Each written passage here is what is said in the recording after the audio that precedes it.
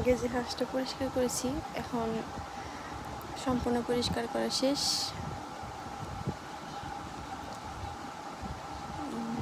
সব পরিষ্কার শেষে হলুদ মাখিয়ে নেব। ভাবি হলুদ ভালোভাবে মাখিয়ে নিতেছে। হলুদ মাখানো শেষ হলে পুড়িয়ে নিতে হবে। পুরানো শেষ হলে